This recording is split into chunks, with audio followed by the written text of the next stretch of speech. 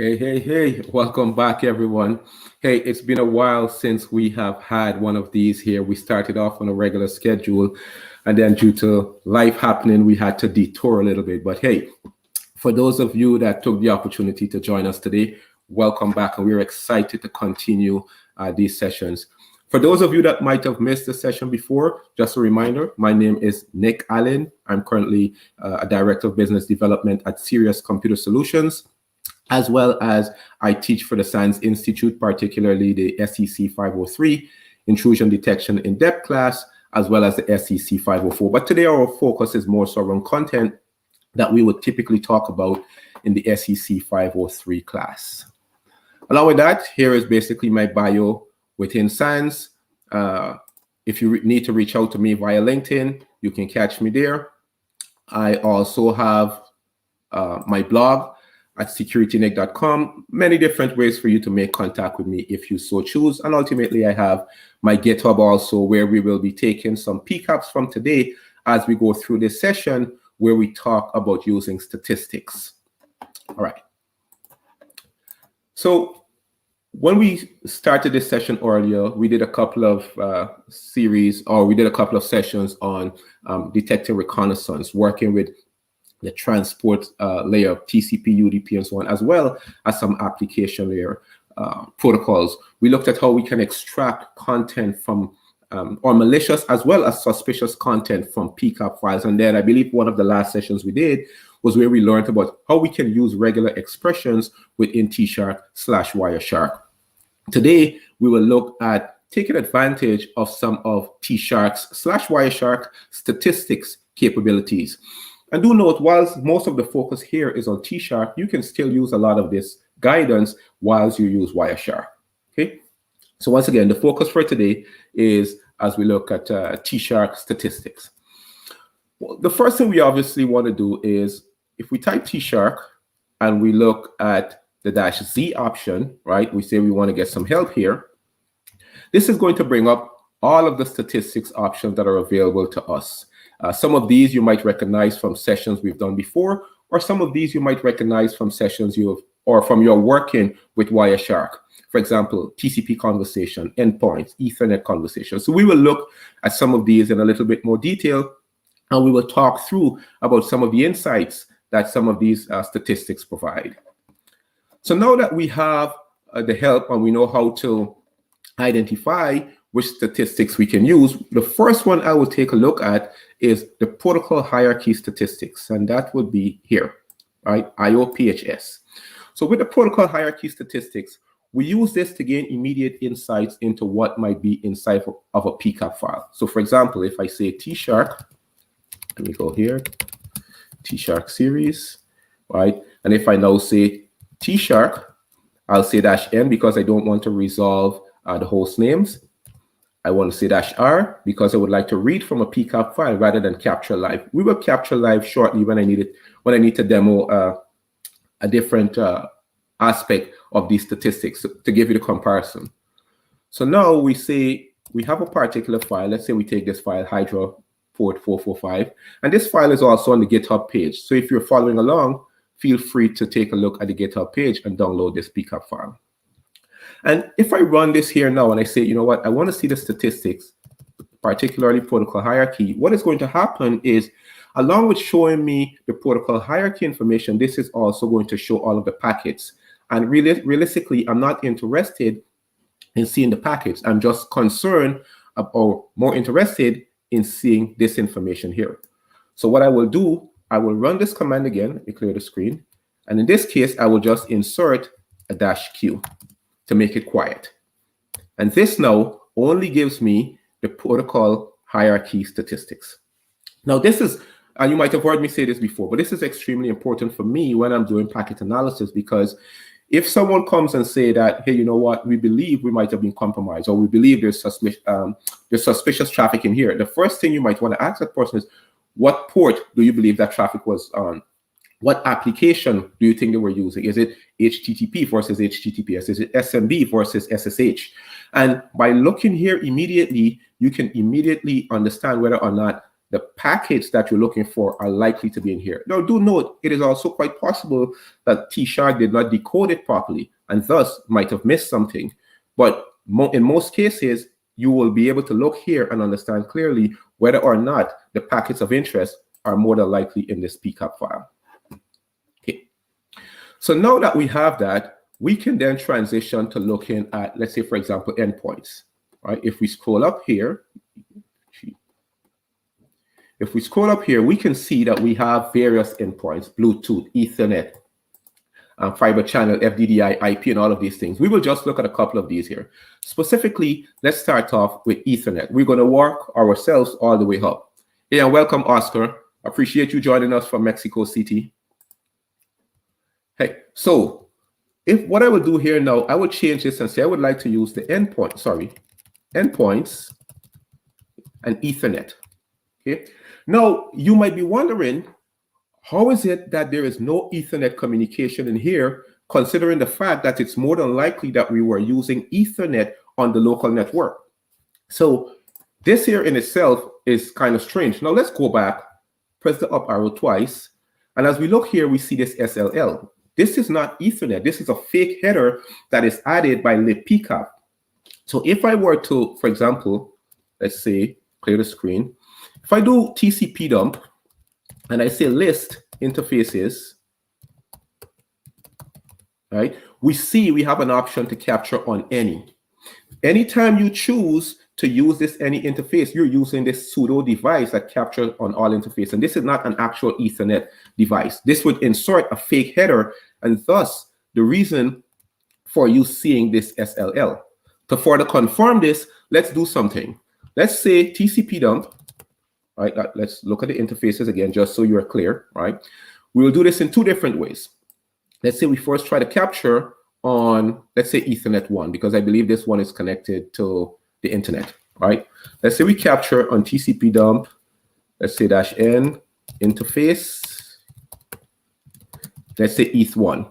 And we write this out to a file called SANS PCAP.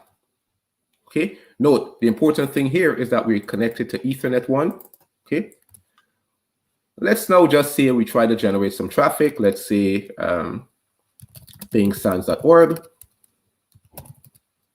Let's say just give it 4 packets, right? The objective here is not really to reach sans.org. We just want to generate some traffic, and we should be generating at least ARP traffic on the network, which gives us the opportunity to learn the IP addresses. Right, not learn the IP addresses, I should say. We're generating ARP traffic on the network so as to ensure the host on the local LAN can communicate. Similarly to how we do DNS to resolve IP address, we can also use ARP to identify the MAC address of the host. Now, if we come here and we break this out, okay, we say no packet capture. Let me come back here. Let's say Ethernet 0. Let me just try this instead. Try that again. And let me just break out here. Okay, now we have 3 packets captured, right? That is enough. We don't really need more. So if I come and I press the up arrow, and I change this here, this file, to sans.pcap, clear the screen, we can see now, right, we have Ethernet here rather than SLL, which also means if I say endpoints, ETH, we can see now we have Ethernet endpoints. Whereas if I were to capture again, let's change this to any, and I call this sans-1 pcap, we ping here again. Okay, now we just come here, we run the same command that we ran before, but we'll just say sans-1.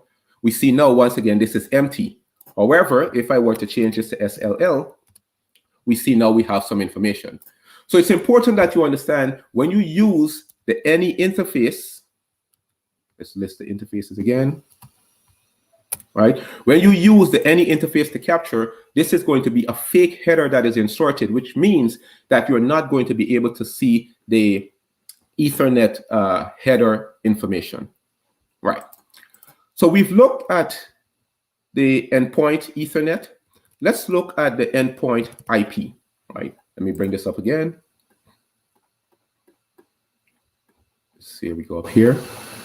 So now we're looking at the endpoints IP. And actually, before I do, let me just go back here for one thing. Let's press this up here. Here. Okay.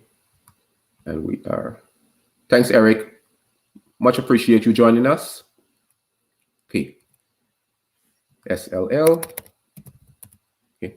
So as you look here, you are seeing the endpoint. So each one of these here represents a unique MAC address that is seen in the environment. And from that, you can also determine the amount of packets that were seen exchanged by that particular MAC address, the number of bytes, the transmitted packets versus the received packets, transmitted packets versus the transmitted bytes, received packets, received bytes. So immediately you are able to tell for these hosts on the network how they're communicating. And do note, this information represents traffic that is local to your particular subnet, because if you remember, ARP operates within a particular broadcast domain, okay? Which means that we should not be seeing traffic or MAC addresses from the other side of the router or the other side of a routing device.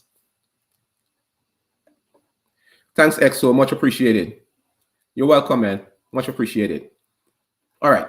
So we look here now at the Ethernet and we understand how we can identify communications between two hosts within a particular subnet. Because remember, like I said, ARP is not broadcast, right? It operates within a particular broadcast domain.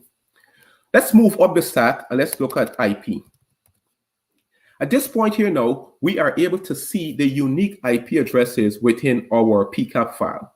In this case here, we have the host at 102, right, that sent this amount of packets, these amount of bytes. We can see how much it transmit in terms of packets, in terms of bytes, how much it received in terms of packets, as well as bytes. And you, once again, you can now use this to determine, okay, this is probably a top talker based on the statistics that I'm seeing here, okay? Or alternatively, you might say, okay, why is it this one has such low traffic? Is it something that just came online? I mean, ultimately, this is to give you the immediate insights into this type of activity. All right. Now, we can also look at endpoints from the TCP perspective, right? Now, me personally, I don't use this much, and I'll explain why shortly. But let me pipe this into more, all right? As you can see here, we have the host and the port that is communicating on, all right? We have the host and the port that is communicating on. At this point, we can assume that this port is associated with SMB or that type of communication, because we know on most days that port 445 is associated with SMB. And if we were not sure, we can simply do cat etc services, then we can do a grep for 445 and see what that returns, okay? So here it says Microsoft Naked CIFS, which is port 445 TCP.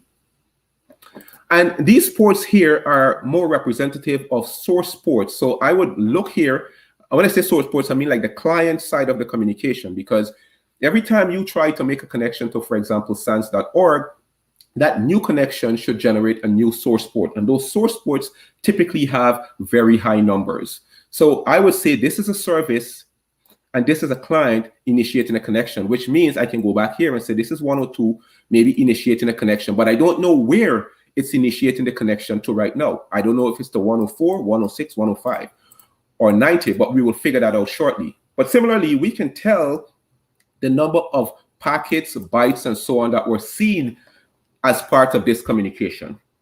Now, for me personally, as I said, this is not something I use heavily, and here is why. While looking at the endpoints is awesome, I actually prefer to look at the conversations. So let's press the up arrow here, come back here, and let's say conversations, Ethernet. Sorry, CONV. Okay, and we know at this point that I don't have any Ethernet conversation because of the fact that when we look at the protocol hierarchy statistics, right, this was not Ethernet, but instead the SLL. So you can tell by simply looking at by looking at this here, right, we did not have any information, as in we probably captured on the any interface rather than a particular Ethernet 0, ENS33, ENS 0, whatever it is. So I can alternatively change here to SLL, okay? And here we have a different insight. Now, instead of using this PCAP file, let me use a different one because I want to use one that focuses on Ethernet, which is what we would use most days in our infrastructure. And once again, this other PCAP file, you will be able to get from the GitHub if you so wish.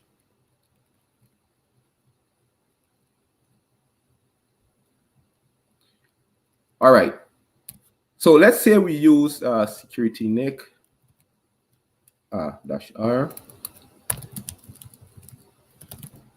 Kaichor false PCAP. Okay. Now, and let me just make this a little smaller. Okay. So hopefully everyone has an opportunity to see this here. Okay, this is a view I tend to like more. And here's why. Let me clear the screen once, right? We have this here. What I'm seeing here now is direct communication between two hosts. Here, I can see that this MAC address and this MAC address here were communicating. This is excellent for understanding probably lateral movement, for example, or maybe a client and a server communicating, or worse yet, two clients communicating. So here we have one MAC address and another. But how do I really make sense out of this? If we look here, we can see direction, which means this here is going this way. So we can see for the direction going that way, there were 39 frames and over 2,000 bytes that were sent from this way to this way. Similarly, I look here, I can see the other direction, which means this is traffic going from this side to this side.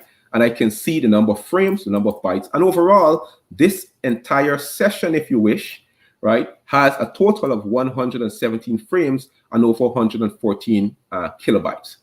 Now, another important thing here is duration. How long has this activity been going on for? Don't worry about the relative start time for now. We will come back to this here because this is only one entry in this file. And thus, this is why we have the relative start time. But we can tell when other activity started based on this relative start time here. So overall, the takeaway is that these two MAC addresses were seen communicating for this period of time, and they transmitted this total amount of bytes with this host sending this amount of bytes and this host sending this amount of, I should say, frames and bytes. Okay. All right, so now we have the Ethernet conversations done. Let's move up to the IP layer.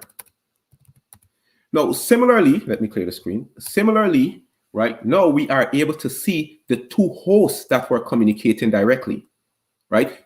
Previously with the endpoints, we were able to see that this host was seen in our PCAP file, but we could not tie the relationship in terms of who it was talking to. In the next when we look at the TCP conversations, we will see what they were talking about. When I say what, we will look at the protocols. In this case, we're looking at who the talking was being done between. So we can say this host and this host were communicating. This communication lasted for this amount of time, and this communication lasted for this amount of time. Now let's go back to what we spoke about in terms of the relative start.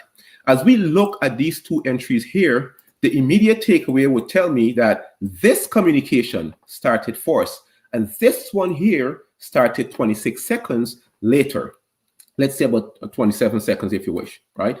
By looking at the relative start time here, I know that this one starts first or started first, then this one followed after.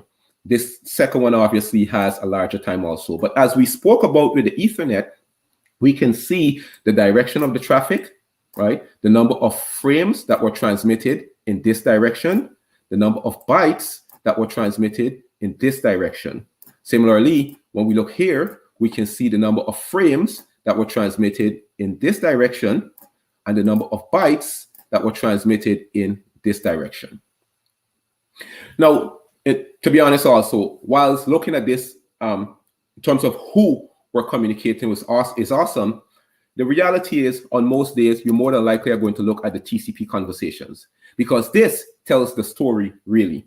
This is where the session actually is. This is where you get a better understanding of not just who was talking, but what they were talking about. And what they were talking about in this instance here is probably something about HTTP, right? I say that because we know that on most days, port 80 is associated with HTTP communication. And we can once again confirm that by, once again, looking at the cat etc services file or looking at the etc services file by using the cat command. And rather than port 445, we can say port 80, okay? And as we look here, we can see port 80 is associated with HTTP. So we know at this point in time, not just who we're communicating, right, these two IP addresses, but we know also what they more than likely would have been communicating about, and that is about HTTP. Okay? All right. So now that we have the TCP conversation, what else can we do? We specifically here saw that this is HTTP communication. So from the statistics perspective, and let's go back here. Let's do TShark. Yes. -Z, help. All right. So from the statistics perspective, we also have the ability to take advantage of HTTP-based statistics. Okay. So as you can see, it's not just about looking at IP and TCP and so on. We can also look at the HTTP statistics. And since this is HTTP communication, well, what best for us to look at? So let's now clear the screen and we say HTTP stat. Okay. So as we look at the HTTP statistics, we are able to see now status codes and so on. In this example, we have a 200 OK, which means the results more than likely returned successfully based on the request. We will look to see what that request was shortly, right? As well as we can see that the method that was used in here was the HTTP GET method. Okay. Obviously, there's post, there's connect, like you might use with your proxy. There's put if you're using something like REST API. There are many different methods available to you for you to take advantage of. But get and post are two you would typically see in HTTP communication. So now that we have that, let's look at the requests that the client made. So we can see a request, and we want to look at that from the tree perspective. Okay, and we can see that here the request was to this host, this HTTP host, okay, as well as this is the path to the file that the client requested. Remember now, you go out to the internet, you open your browser, you want to get to sans.org. And notice I said get to sans.org. So this here ties in to what we saw above here. So this would be a get request, right? The server responded with 200 OK, which means the server more than likely returned the resource to the user. And as we look here, we can confirm that the user requested this path from this site. So worldtop.com currently hosts the file kitrofalls.jpg. Hey Aziz, welcome from Morocco. Much appreciate you joining us. So now that we know that the client requested, right, that kitrofalls.jpg file, let's see what the server responded with. We already know from above here that the server responded back with 200 OK, but let's just confirm. Okay, so now we can clear the screen, and I will say, rather than request tree, I will say, show me the information from the server perspective. Okay, the server response is what we are interested in here now. And here we are now able to see that the request by the server address is this address. Do remember, if we think about DNS, for example, right, and on day 3 of the SEC 503 class, we talk about DNS. And we all know that DNS is responsible for resolving the host name to the IP address. So we can say that worldtop.com actually was found at this IP address. So we see here the request by the server address, which is here, right? This address resolved to this. A request by HTTP host. The HTTP host is this, which also resolved to this. And we can see ultimately the server response here, okay. But we already knew that, right? We were just conforming, we're correlating, we're looking at things from different perspectives, and ultimately that is how we gain that insight. So what do we have?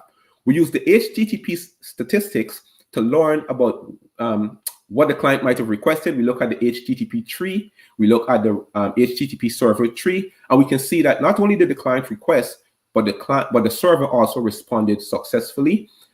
So can we now extract that image? If you joined us on one of the previous sessions where we were exporting suspicious content, you would have seen that we are able to export contents from this PCAP file by simply, in this case, I will press the up arrow and I will say, I would like to export objects. And where would I like to export that? Which protocol would I like to export that object from? I will export it from HTTP protocol. And where would I like to store that file? I will store it in the temp folder. Okay. And if I press enter, it looks like nothing happened. But let's step back for a second. The file the client requested was this.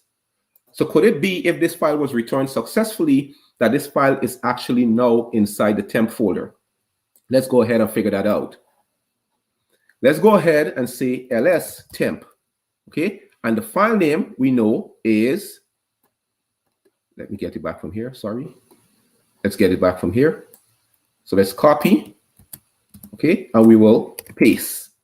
And we will say -l, so we can see the information there. We can see that the file is now there.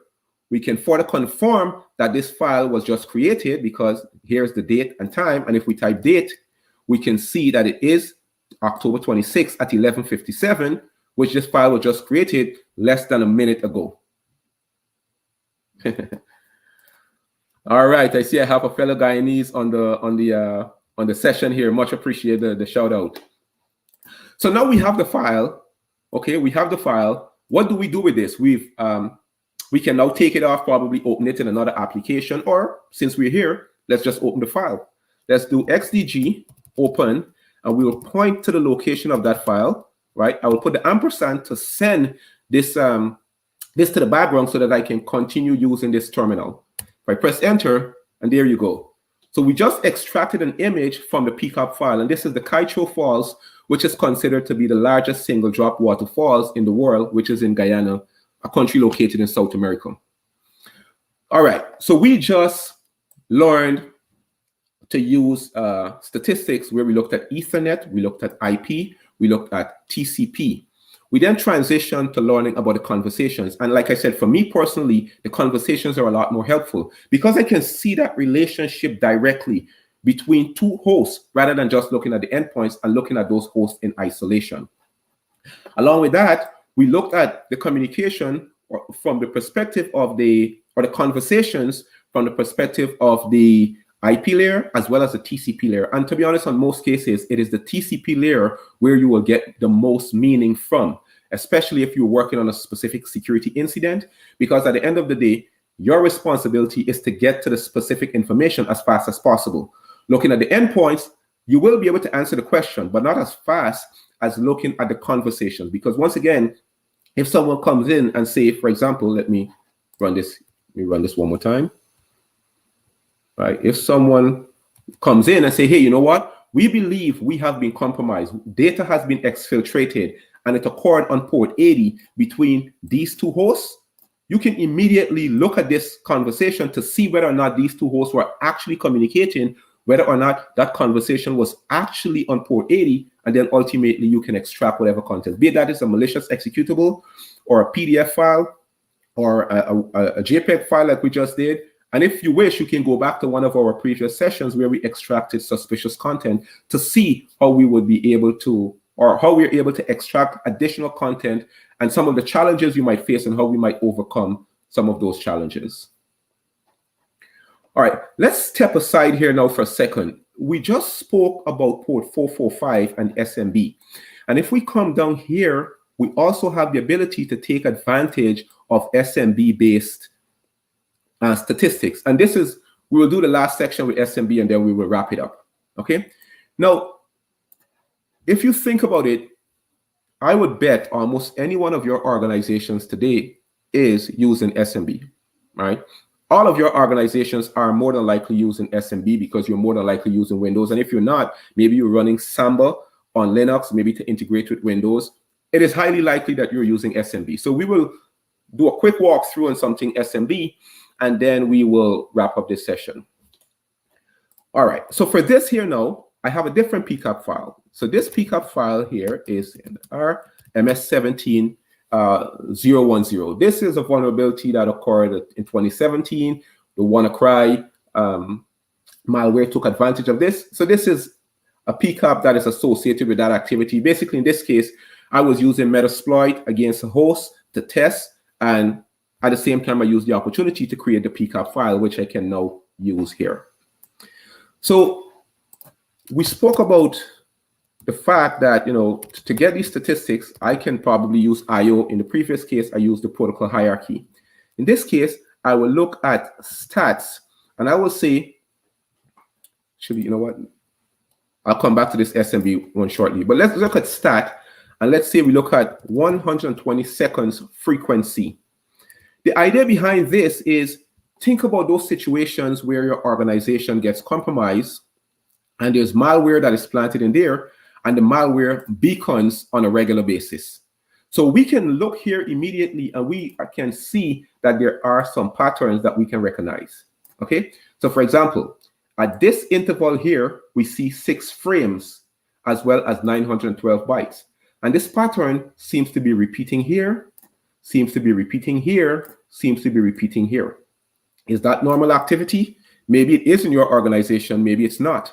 But the point is, this consistency at these 2-minute marks here suggests that maybe this is something you should probably look a little bit closer into. Okay, so now if we wanted, we can expand on this. Let me bring this up here.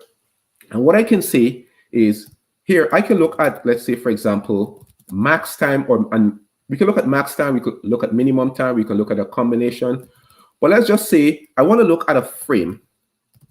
And from the frame perspective, I want to instead look at the time relative.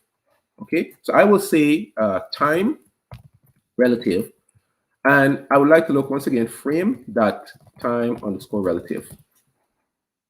And for that, I am going to focus on a specific IP address. So I would say, okay, maybe I'm aware that a host at IP address, let's say, a note here, I'm using similar display filter like we would in Wireshark, right? Or in TShark. I'll say 0.0.90, okay? And I would like to look at this particular host. So now I'm seeing the frequency from this host perspective, right? The maximum numbers, the maximum values that are returned for the relative time in each one of those packets. Similarly, if I wish, I can extend that and I can say minimum frame time, right? Let's, in the interest of time, no pun intended, let's just copy here. And I will do copy. I'll put a comma here. I'll paste. And I will change this to brackets, quotes here. Let's see, put a quote here. I will change this to minimum time, and that is relative. Actually, no, here. Okay. Okay. Now we see we have not just the max time, but the minimum time. Okay. Not just the max time, but the minimum time also. And we can see here that this seems to be when it started, and we can confirm that by looking here. And this is the interval, right? We can see minimum time. We can see once again, the takeaway for us really here is not so much on the time, right? Like the minimum and the maximum time, but to understand the frequency of this activity. And we can see once again, 6 frames, 912 bytes, and that pattern seems to be repeating a couple times. Now, in all honesty, this here is going to be helpful, but from a incident response perspective, your question is going to be, how do I tell when this activity actually occurred? Yes, it's nice that the frequency is there, but how do I tell when this activity actually occurred? For that, we can now say -T, and depending on if this PCAP was captured in a local site, you can use the local time by specifying -AD, right? Or sorry, AD. Alternatively, if you wanted, you can do UD, which is going to be the UTC time. But for us, let's just say this is AD.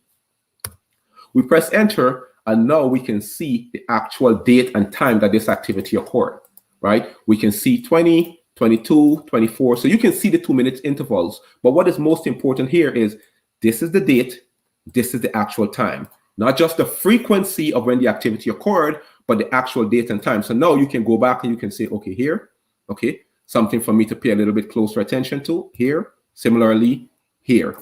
Date and time matters in incident response. All right, let's just do one more as we look at SMB. All right, we'll wrap it up with SMB, and let me just exit to the top here. Okay, this is okay, clear the screen here. All right, for the SMB, let's say, take the same PCAP file. Let's just delete everything here. And what we will do, we will say, we want to look at SMB round trip time. Okay. So here now we have various SMB commands. So for example, in your organization, when you're setting up an SMB connection, you will have a negotiate request response. Everything in SMB tends to be a request response mechanism. So when you're now setting up the connection, you're going to use a negotiate request response mechanism to negotiate the dialect that you will use to communicate on the network, whether that is NTLM or something else. Similarly, you have other commands. In this case, there's an echo command. Think about echo in the case of your pings, your echo request reply, similar concept, right? Basically, this is one of those commands that you can test, that you can use to test whether, let's say, 2 hosts are still able to communicate, right? The client might want to test whether the server is still available and it can send an echo. We have trans too. We have session setup. Once again, everything is a request response mechanism. You want to connect to a share, right? You do a tree connect, request, tree connect, response. And looking at this here, you can see from the PCAP the amount of calls that these here made, as well as the minimum, maximum round trip time, and so on. This can be extremely helpful if we go back to what we said about the MS17010 vulnerability. And let's say you have something like WannaCry that ended up spreading in your environment. You can use this level of insight to understand how fast the threat would have spread, or how fast the threat spread within your environment, and thus giving you enough insights in terms of maybe how you can respond to address some of these concerns in the future. Okay. All right. So today's session, we looked at statistics. And if we go back a little bit, from the beginning, we started by looking at reconnaissance. And all of this is part of the TShark series. We looked at reconnaissance. We looked at extracting suspicious content. We looked at using regular expression. We looked at transport layer protocols. We looked at the multiple things that we've looked at so far as part of this series. But all of this is really tied into making it easier for you when you do decide to join us with the SEC 503 class. In that class, we spend a lot more time talking about packets, getting into the fine-grained details, looking at not just bits and bytes, but looking at different aspects of the packet, how we can understand how tools such as Wireshark are able to extract that data and present it to us. We can also do that from a manual perspective so that we can verify whether the tool is working properly or as expected. So once again, thanks for joining me. Thanks for hanging out with us. You have all of these sessions here that are being recorded, and they're available for you. I think they're on YouTube also. If you have any questions, feel free to hit me up via LinkedIn or reach out to me on my blog. Come hang out with me in one of the SANS SEC 503 class. There's a lot we have in there to teach and to offer you. But hey, hope you enjoyed this session. I really enjoyed putting it together. And we have at least another one, I hope, maybe to do, not next week, but the week after, where we're going to walk through an actual attack, and we will just follow the stream within TShark, and we will discuss every item that was seen as part of that attack, from threat actor using tools such as 7-zip to encrypt or to zip up or to archive data. We could even find their passwords that they use to encrypt that archive or to zip that archive file up. Tons of information in there, but I'm excited to have that one with you all soon. And hey, once again, thanks for hanging out with us from Morocco. Thanks for hanging out with us from Mexico City. Thanks to my Caribbean folks out there, my Guyanese brother that gave a shout out. Hey, thanks for hanging out with us, and we hope to see you soon again.